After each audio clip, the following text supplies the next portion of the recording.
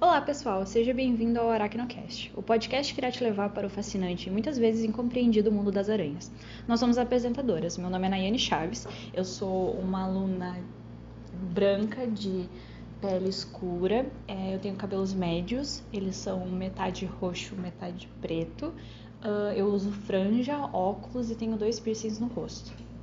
Eu sou a aluna Thaís, graduanda do curso de Ciências Biológicas, sou uma mulher de pele clara, cabelos loiros curtos na altura do ombro e tenho piercing na sobrancelha. E eu sou o Ernesto, sou professor, trabalho aqui no curso de Ciências Biológicas, sou um homem branco, de meia idade, tenho barba, uso óculos e sou calvo.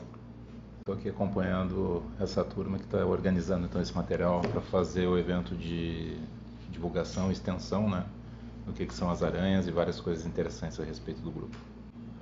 Por que vocês se interessaram em fazer um podcast sobre aranhas?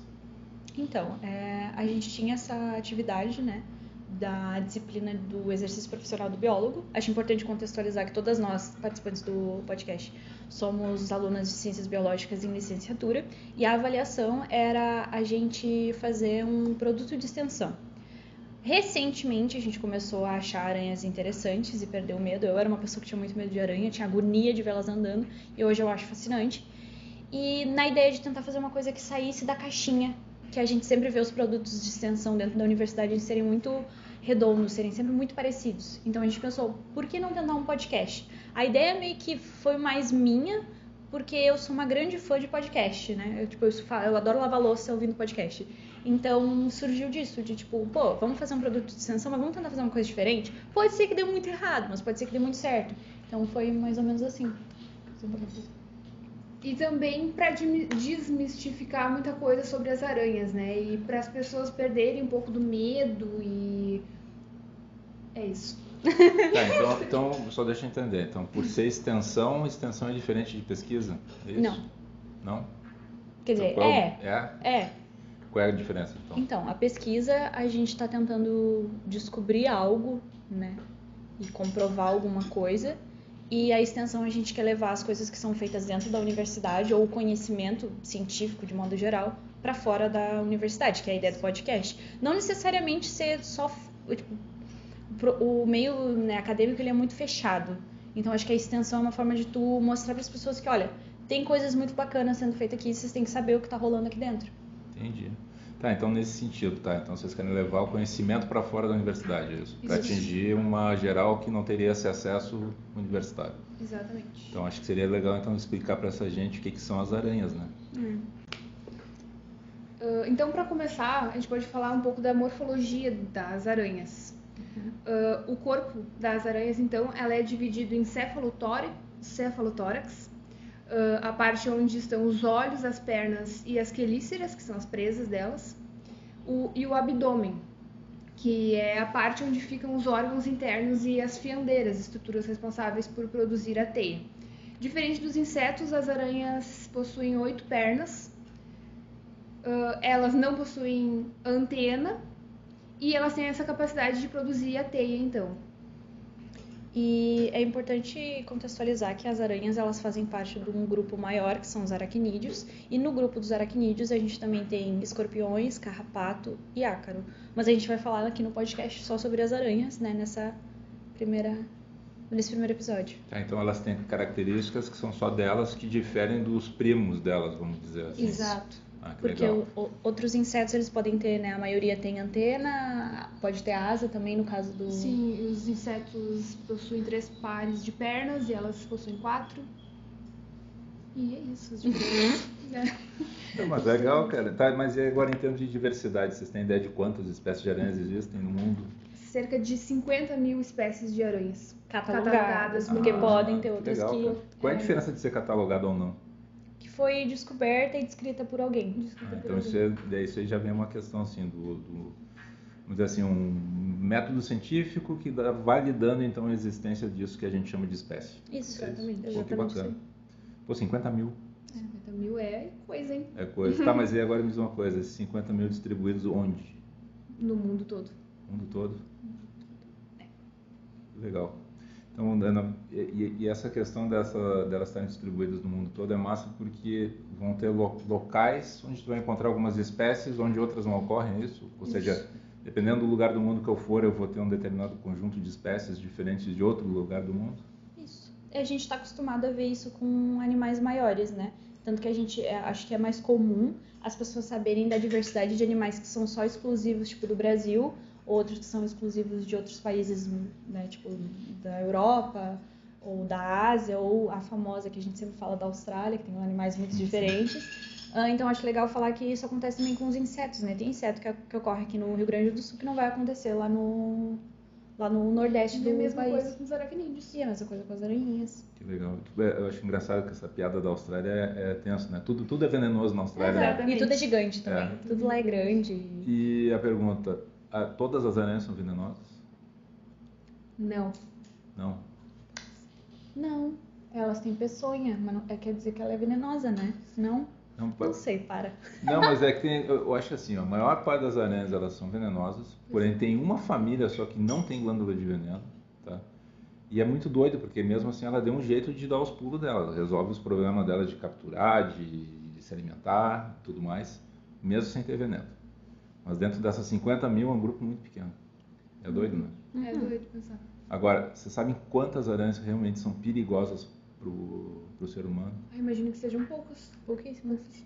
Mais ou menos quantas vocês chutam? Umas 3.000 espécies. Né? 10.000 Não espécies. faço ideia. Não faz ideia. Então, cara, aqui na nossa região, por exemplo, a gente tem uma estimativa que são aproximadamente umas 800, 900 espécies descritas que a gente tem aqui no Rio Grande do Sul. Nossa, é muito pouco. É muito pouco. E a galera morre de medo de Então, aranha, né? E somente 2 são perigosas. Nossa Senhora. É. Então a gente tem que realmente tentar entender assim o porquê dessa fobia, o porquê desse medo. E talvez a gente possa encontrar algumas explicações em outros lugares, né? Que pode vir, quem sabe, não só dessa perspectiva zoológica, morfológica, mas quem sabe também aspectos culturais. Bom, a gente pode falar sobre isso depois também. Tá tranquilo. Eu acho interessante também que as pessoas, né, têm muito medo da aranha, porque em geral é um bichinho que as pessoas consideram feio, e aí por isso as pessoas têm medo. Porque é um bicho feio e ele anda diferente, o que não justifica, né? Porque E que eu discordo plenamente, mas tudo bem. eu acho elas lindíssimas. Poxa, olha a nossa logo aí, que coisa linda. É interessante contar pra vocês um pouco sobre a aranha da nossa logo e por que a gente acabou escolhendo ela. A aranha da nossa logo, ela faz parte da família Salticide. E vocês devem conhecer ela já porque existe um desenho relativamente famoso que é pra... Também na mesma intenção da gente de tirar o medo do... Mas nesse caso é medo de crianças pararem um pouco de ter medo, que é a Aranha Lucas, né? Acho que todo mundo já deve ter visto aquele desenho fofinho. Lucas Aranha, muito fofinho. E essa espécie que foi desenhada, ela foi o registro 50.000, se não me engano, né? Então, teve uma colega aracnóloga aqui do Rio Grande do Sul, a Kimberly, que ela teve a felicidade de... Ela trabalha com taxonomia sistemática. Para quem não sabe, é o cientista, né, que dá nome para as espécies. Então ele identifica características, ele analisa esse material e chega à conclusão de que ele tem uma espécie nova na frente, daí ele tem que batizar. E ela teve a chance então de fazer isso algumas vezes e ela foi a felizarda de descrever a espécie número 50.000.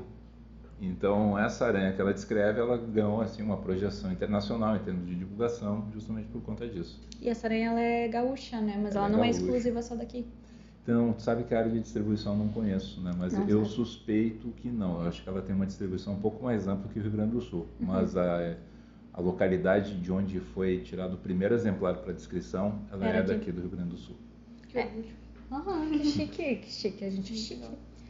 Eu acho uma coisa que seria muito legal a gente falar é que a gente conhece popularmente vários casos, né, de aranhas que têm um comportamento diferente, assim como a gente vê também de outros insetos. Mas a gente sempre ouve falar do comportamento da viúva negra, né, de comer o macho depois, né, cometer o canibalismo. É uma coisa muito comum, inclusive em aracnídeos, né, o canibalismo.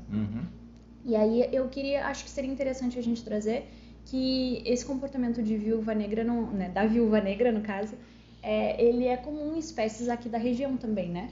Não é uma coisa exclusiva só da... Não, na verdade isso é um comportamento meio que disseminado, assim, né? O fato de acontecer o canibalismo. O maior predador da aranha é a própria aranha, começa por aí. Então elas são predadoras, ecologicamente falando, elas são predadoras, né? E o fato dela ter essa característica coloca ela também com uma certa agressividade, ou seja, tudo que se aproxima ela tende a abocanhar. E o que tu chama atenção realmente é um fato importante, porque a viúva negra ela tende a se alimentar do macho durante o processo reprodutivo. E é uma característica que chama atenção, né? Porque como assim se estão reproduzindo e um está matando o outro, como é que a coisa acontece? Hoje a gente já sabe que morfologicamente, por questões mais de detalhe da morfologia do bicho, permite com que ele, mesmo sendo atacado, ele continue reproduzindo.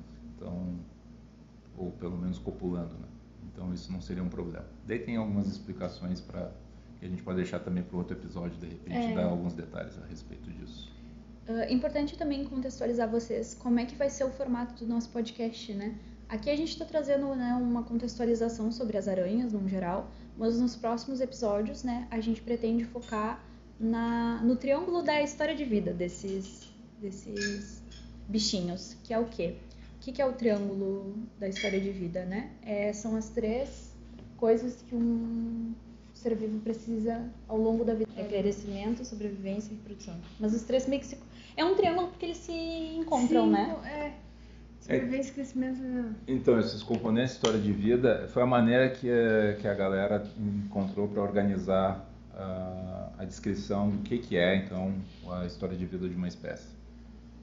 E analisando muitas espécies de todos os grupos, sejam animais ou vegetais, começaram a identificar que existem 3 componentes: o crescimento, a sobrevivência e a reprodução. Só que um acaba interferindo o outro, né, no meio do caminho. Isso acaba gerando histórias bem interessantes, né, como algumas que a gente vai comentar hoje e também até mesmo nos outros episódios.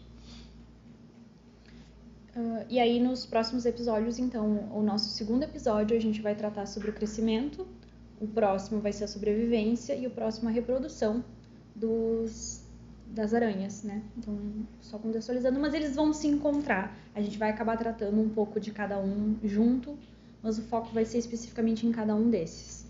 Tá, Guriz, agora me responde uma coisa. Tá, vocês falaram um monte de coisa bacana sobre as aranhas na perspectiva zoológica, tudo. Deram uma ideia de que depois vocês vão falar sobre aspectos culturais, mas eu preciso perguntar, em termos ecológicos, por que as aranhas existem? Bom, as aranhas elas ajudam no controle de populações de insetos, como são grandes predadoras naturais, né? Como por exemplo de mosquito, moscas, baratas e até de pragas agrícolas. Elas ajudam a regular o número de insetos, então, e tem um número de insetos que essas aranhas eliminam por ano em todo o mundo, que é em torno de 800 milhões de toneladas de insetos.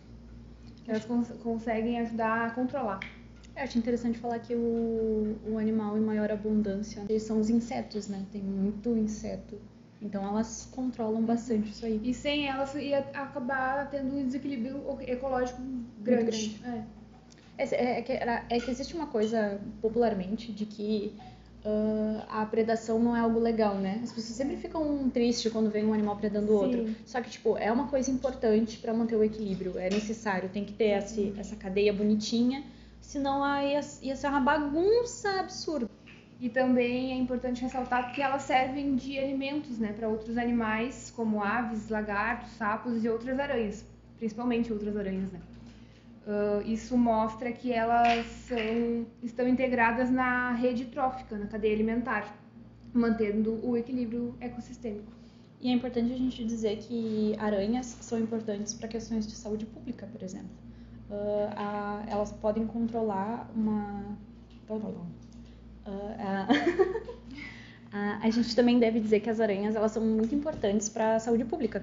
A gente demoniza tanto, né, esses bichinhos, mas eles são muito importantes. Por quê? É meio que indiretamente, mas elas acabam comendo, né, se alimentando de insetos que são responsáveis por transmitir doenças, como os mosquitos, principalmente, por exemplo, o mosquito da dengue, né? Existem aranhas que comem o Aedes. bacana, Gris, isso é legal. Sabe que tem uma coisa que pouca gente presta atenção, mas as aranhas são muito responsáveis por fazer uma coisa que a gente chama de subsídio trófico. Um nome feio para simplesmente dizer que a matéria viva que vem de ambientes aquáticos possa ser transferida para o ambiente terrestre ou vice-versa.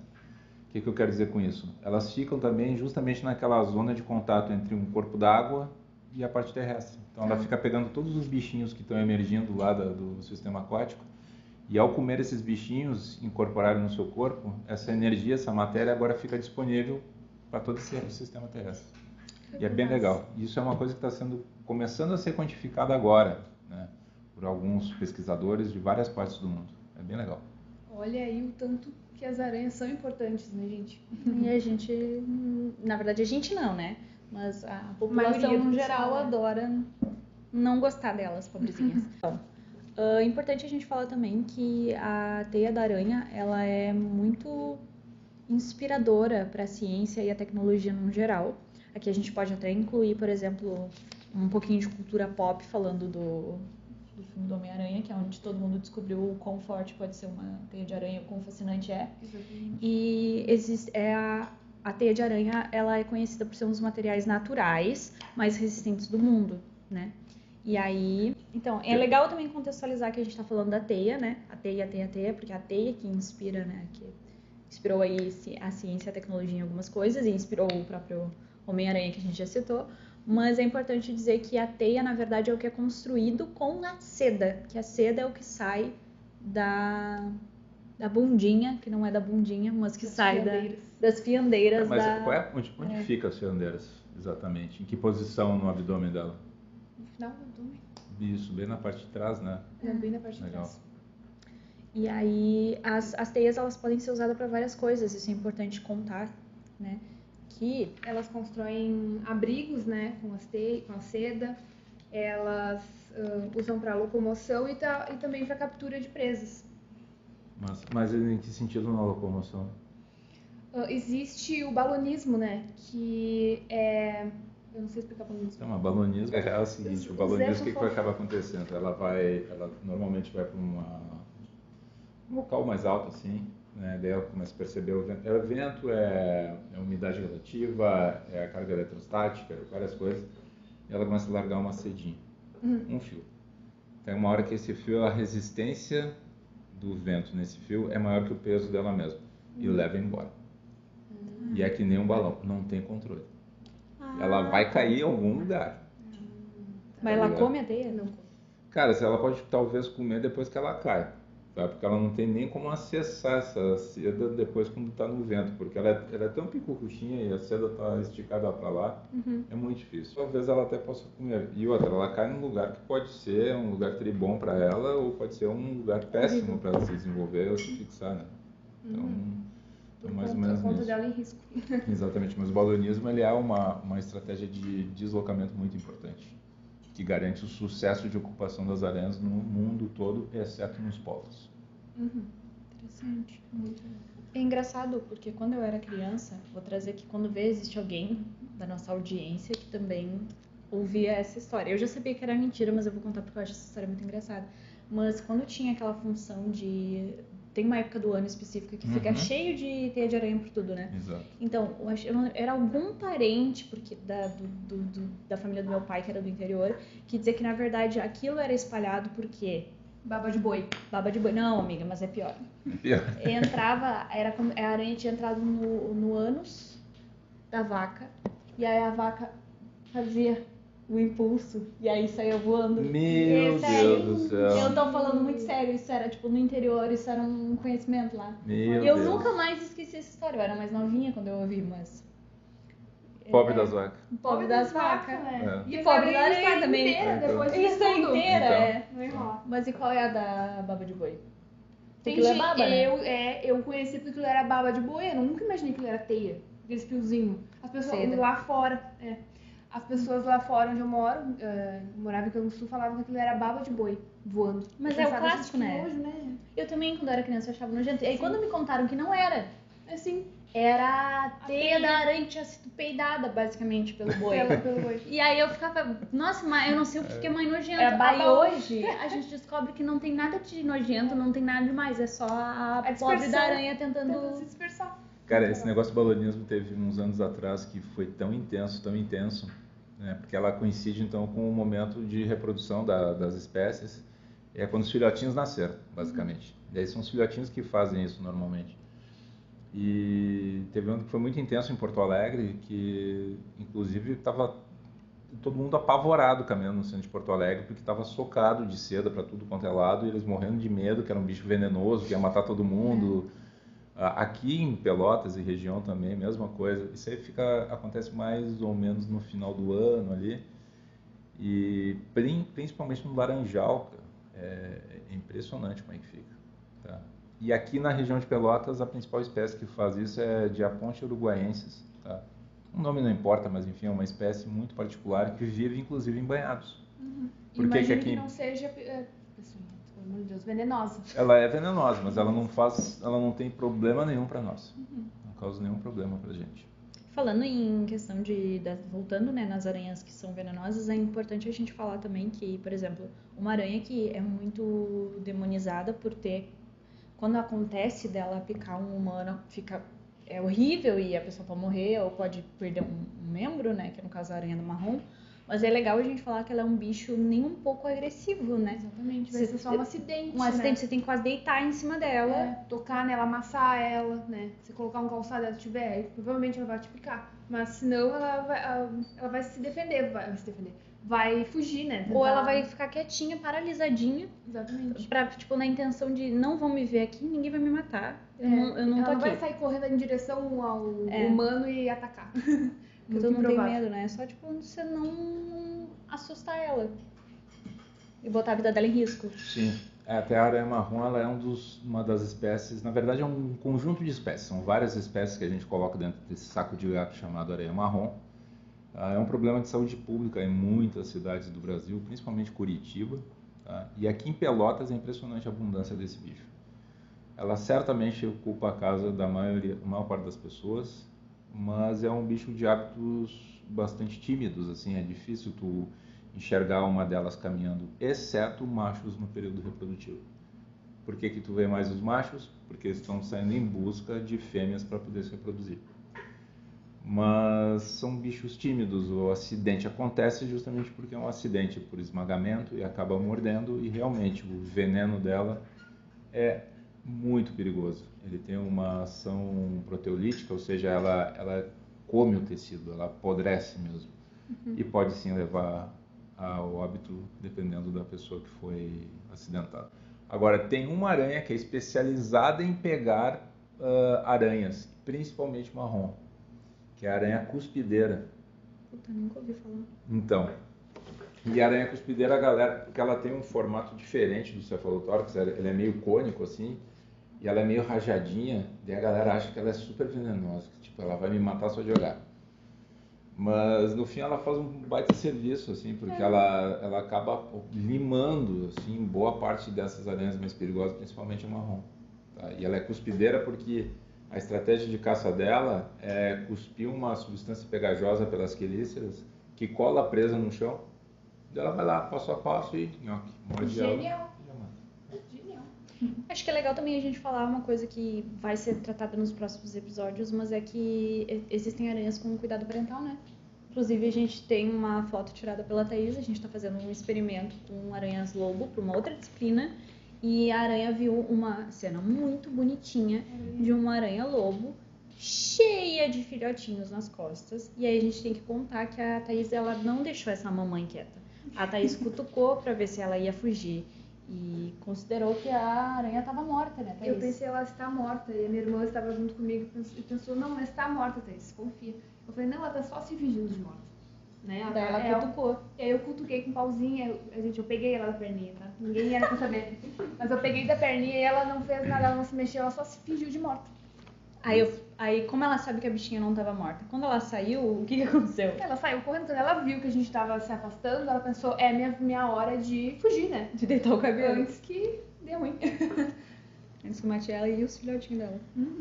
Mas é uma cena muito bonitinha. Inclusive, todas as aranhas citadas, né, aqui, todas as espécies, a própria foto da Thaís da aranha, da mamãe aranha, vão estar no nosso Instagram, que vai ser a dona Beatriz que vai selecionar as melhores imagens para vocês. Maravilha. Gurias, vocês comentaram alguma coisa da seda, Tadeu? Eu fiquei curioso. Vocês falaram que a teia é um uso especial da seda. Uhum.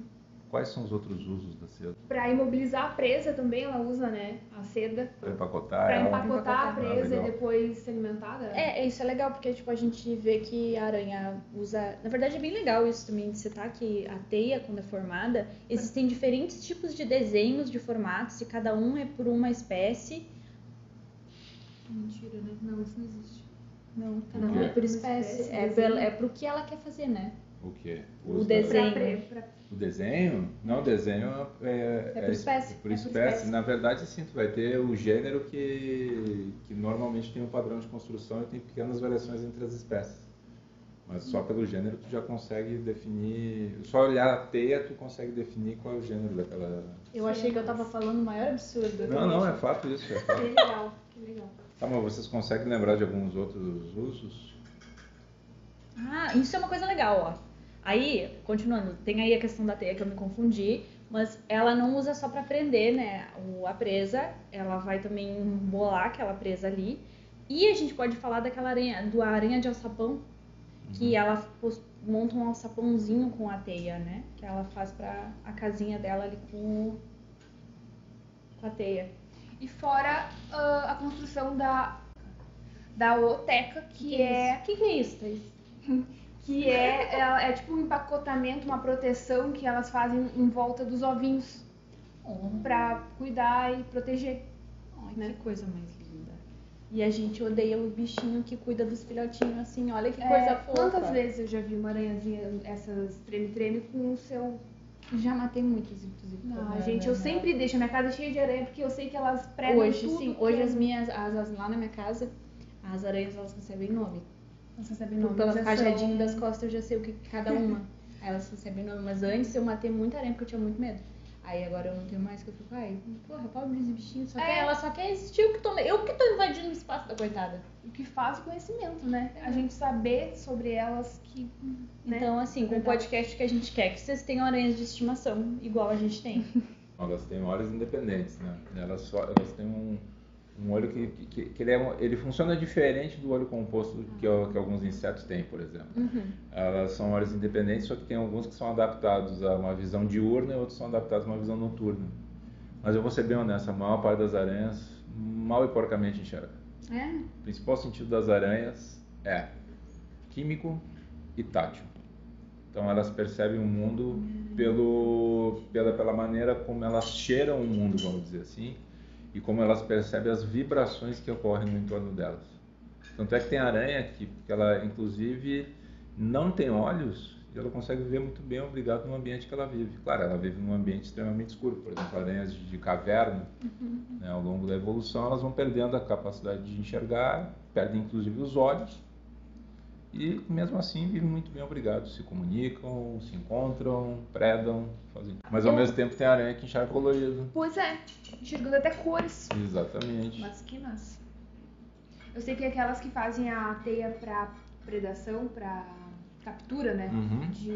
Das teias, elas conseguem sentir a presa só pela vibração nas patas, nas patinhas, né? Isso é muito legal. E importante também falar...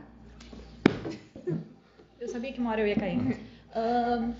É importante a gente falar aqui que não é toda aranha que usa teia, né, pra capturar. Tem aranha, tipo, por exemplo, a própria aranha Saltícide, a papa-mosca. Ela pula, né, tá no nome já dela aí, ela pula na presa, ela pula na aranha, ela pula na mosca e... Desculpa a intimidade absurda dando um tapão no Ernesto. E também tem que mais que a gente tem? A aranha-lobo, que é a aranha de gramado, ela também não usa teia Ela usa só capturar. para imobilização das presas. Exatamente. E outra coisa que ela usa é para a construção de um refúgio, muitas vezes, construção da oteca. Enfim, tem várias utilidades que acabam sendo utilizada a seda, né, nesse caso. Então, gurias, outra coisa que eu queria saber de vocês, na verdade. É uma dúvida que eu tenho. Vocês estão trabalhando agora no podcast para desmistificar as aranhas na sociedade. Mas desde quando surgiram esses mitos? Então, é uma coisa muito... Como é que fala? Peraí. Muito Não é dissimulada. disseminada. Isso aí, dissimulada. É muito dissimulado dessa parte. É uma coisa muito disseminada, né? De que, por exemplo, a gente tem uma coisa aí, existe um mito, e aí agora a gente vai debater se é verdade ou não, né? Se a gente come aranha dormindo ou não. Não. Mito. Cadê os mitos aqui? Gente, mentira. Lenda seria acredito eu, né? Vou dar uma mentira aqui, porque eu não sei. Lenda é histórias criadas a partir É daquilo. completamente falso. As aranhas, elas não têm interesse em seres humanos. Eu já falei, elas vão fugir, elas vão querer distância de nós. Então elas não vai vir andando Ela não vai caminho. vir andando É que na verdade eu acho que isso começou porque falam que a gente come barata dormindo. Daí as pessoas começaram a ficar com medo e acho que a gente come aranha. Assim, essa origem dessas lendas e mitos, de que seja das aranhas, ela é muito ancestral, né? Várias culturas super antigas já vêm com algum tipo de mitologia vinculado. Então, a presença das aranhas, esse fascínio pelas aranhas, ou até mesmo medo em relação às aranhas, é muito antigo. Então, isso remonta, enfim, à construção de histórias em várias civilizações. É bem legal. Tá, gurias, então como é que vai funcionar a partir de agora? Tá, hoje a gente conversou sobre coisas muito gerais, assim, numa linha meio solta, sobre o que são as aranhas. Como é que vocês vão fazer agora daqui pra frente? Como é que vai estar organizado o resto dos episódios? Então, a gente já deu uma pinceladinha do que vai rolar nos próximos episódios, do que a gente vai tratar. Mas esse aqui foi o primeiro, né, o nosso primeiro passo nessa jornada. E a gente espera que vocês tenham gostado. Quem acompanhou aqui o podcast até o final, espero que tenha curtido, né, essa pinceladinha no mundo das aranhas. De novo, reforçando, que vocês sigam a gente no Spotify, no Instagram. É importante também falar aqui que qualquer dúvida relacionada aí ao podcast ou às aranhas, manda pra gente no Instagram, que tem alguém ali responsável o tempo inteiro. Então, qualquer dúvida, manda pra gente que a gente responde ali. E se for alguma pauta interessante, a gente pode trazer pros próximos episódios. E também tem um parceiro, que é o Projeto Insetos daí, que fala não só apenas sobre insetos, mas também fala sobre aracnídeos. Então, entra em contato com eles também, que pode ser um bom caminho.